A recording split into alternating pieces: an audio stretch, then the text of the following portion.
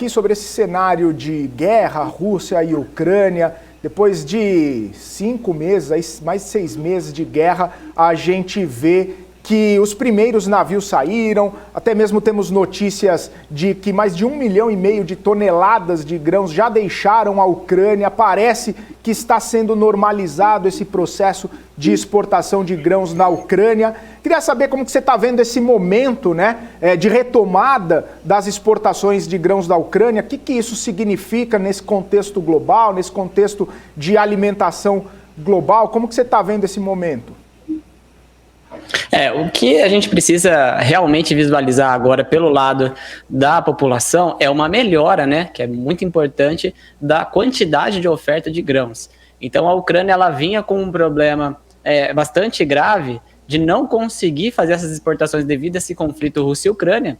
Então ela tirou muita oferta do mercado exatamente devido a esse cenário de conflito. Então os portos estavam bloqueados, existia ali uma restrição muito grande, por exemplo, para o deslocamento até dentro da própria Europa, né? Então esse é um problema grave que começou a ser diminuído.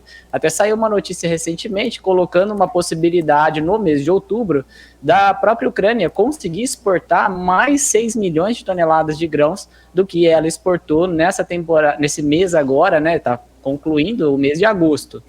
Então, esse cenário de uma reabertura dos portos, ela vem muito em conflito com o que a gente tem de informação real sobre exatamente o que há de conflito na Ucrânia, porque se você tem a destruição de alguns portos, e principalmente houve ali regiões de conflito nos principais portos, tirando ali Mariupol, e aí a gente tem algumas situações que acabam sendo conflitantes. Então, se você destrói, por exemplo, o terminal de embarque e desembarque de grãos, não é tão rápido assim para você executar um processo de reforma e reestruturação desse porto e ele voltar a operar.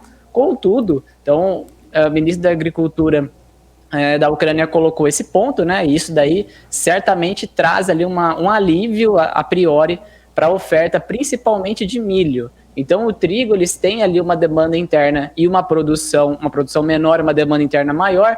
Então, a quantidade de oferta que é colocado de trigo, ela é menor que a de milho, né? Então, só para colocar um número para o pessoal poder acompanhar, safra 22-23, né, que está sendo colhida exatamente agora da Ucrânia, expectativa de produção de 19,5 milhões de toneladas, então é uma produção importante, mas como uma referência, a Rússia, que é um grande produtor de trigo, esse tem uma expectativa de produção de 88 milhões de toneladas. Então a Rússia, no caso do trigo, importa mais para a oferta global do que esse cenário da própria Ucrânia. Então a Ucrânia tem essa expectativa de 19,5 e uma expectativa de exportação nesse momento de 11 milhões de toneladas.